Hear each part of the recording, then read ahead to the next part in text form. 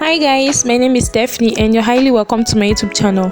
So in this video I'll be sharing with you guys how I made this bubu or butterfly dress. So if you're interested, please keep watching the video till the end and also subscribe to my YouTube channel. And like this video if you find it helpful. Please keep watching. So guys, this is actually the fabric I'm making use of in this project. I'm making use of this very beautiful white lace and it's actually shiny as well. And I also have this bias tape I'll be using to bias the neckline of the bubu and the sides as well, and the other materials I'll be needing in this project. So I'll go ahead and unfold the lace material and then fold it into two.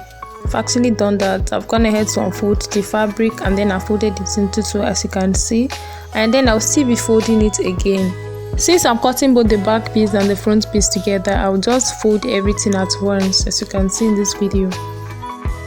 So you see that I have two folds at the upper side and then the down one also have two folds, as you can see in this video. So I'll just go ahead and arrange the fabric so that I'll be able to insert the measurement that I actually need. So the downside of this fabric, I'm not actually going to be cutting the edges. I'm leaving the edges like that at the downside. So I'll arrange and then insert the proper measurements. So I'll just go ahead and insert the full length I'm working with, and the full length I'm working with is 52 inches. And because this lace material is not that long, I'm starting close to the edge of this lace material. So I will just place my tape there and then take it all the way down to get the full length of the gown. So guys, the full length that I have here is about 51 inches, which is like an inch shortened. And that's the main reason why I will even start taking the full measurement close to the edge of this lace. And then the good thing is that the downside, I don't actually need any folding allowance for the downside. So I need only half an inch to sew from the shoulder line. So only half inch will be taken from the measurement. So I'll just go ahead and draw a straight line close to the edge, which is going to serve as my starting point. I'll mark it all the way to this other side of the fabric. And the next thing I'll be doing is to be taking her shoulder measurements. Her shoulder is 15 inches, divided by 2 is 7.5. So I'll just place the 7.5 there and then mark it over there. So guys, and I will not be needing any armhole for this dress, okay? So the next thing is to determine how the butterfly effect is actually going to be and how it's going to drop. So for her own, I'll be using the full measurement which is left here, which is about 13 inches. So I'll start taking the measurement from that shoulder measurement, 7.5 inches. I'll extend it, which is about 13 inches. So the next thing I'm actually going to do is to be taking her neck width and her neck depth. And the neck width I'll be using is about 3.5 inches, and then the depth of 4 inches. So I'll just go ahead and mark it, and then I'll make a curve from the neck depth to the neck width, connecting all the points together.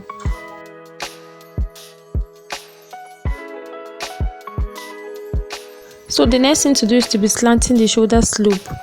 So I'll just place my ruler from where the neck width top, and then I'll be slanting it following the shape of the shoulder, just the same way you see me doing.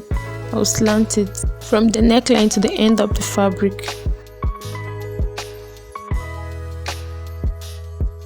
So guys, these are actually the measurement that I need for now. So I'll just go ahead and cut out everything now, starting from the neckline and then to the shoulder. I'll cut the neckline from the neck depth to the width, and I also cut from the shoulder line following the shoulder slope.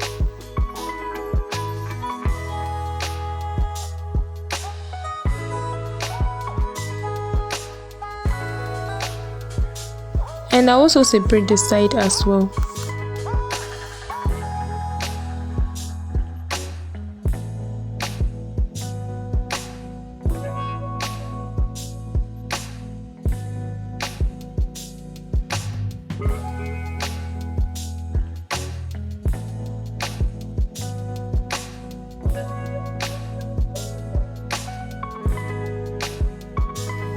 So guys, this is actually what I have after cutting the shoulder and the neckline.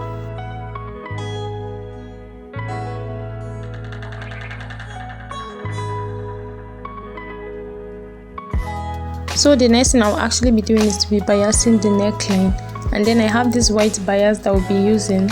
I'll actually place the bias from the right side and then sew it around the neckline, and then turn it over to the wrong side and then still stitch it down.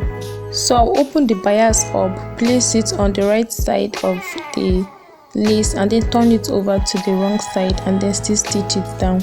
And then I'll be repeating the same process with the other piece as well. So guys, I'm actually done doing that. I'm done biasing the neckline, as you can see how it's looking.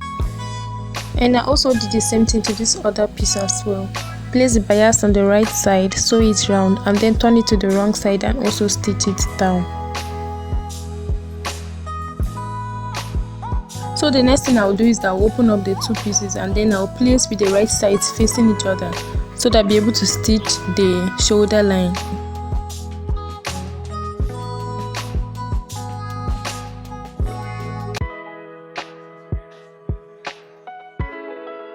So I'll just neatly arrange it and then place the two shoulders together as you see in this video, and then I'll take it to my sewing machine and sew about ½ an inch from the shoulder line, and then I'll repeat the same process with this other side as well. So guys, I'm done sewing the shoulder as you can see in this video. I've actually done the same thing to the two sides, both the left hand side and the right hand side.